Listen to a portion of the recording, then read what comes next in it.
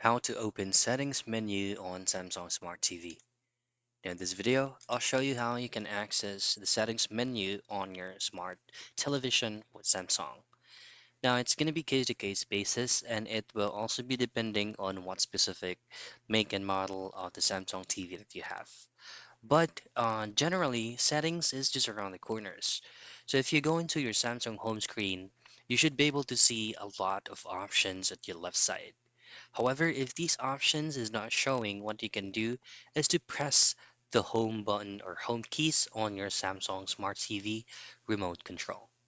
Once you tap on that, you will automatically be seeing again these options at your left side, and you just need to tap on this profile picture icon at the very first option on the left side, and then you should have access into the settings of your Samsung Smart TV.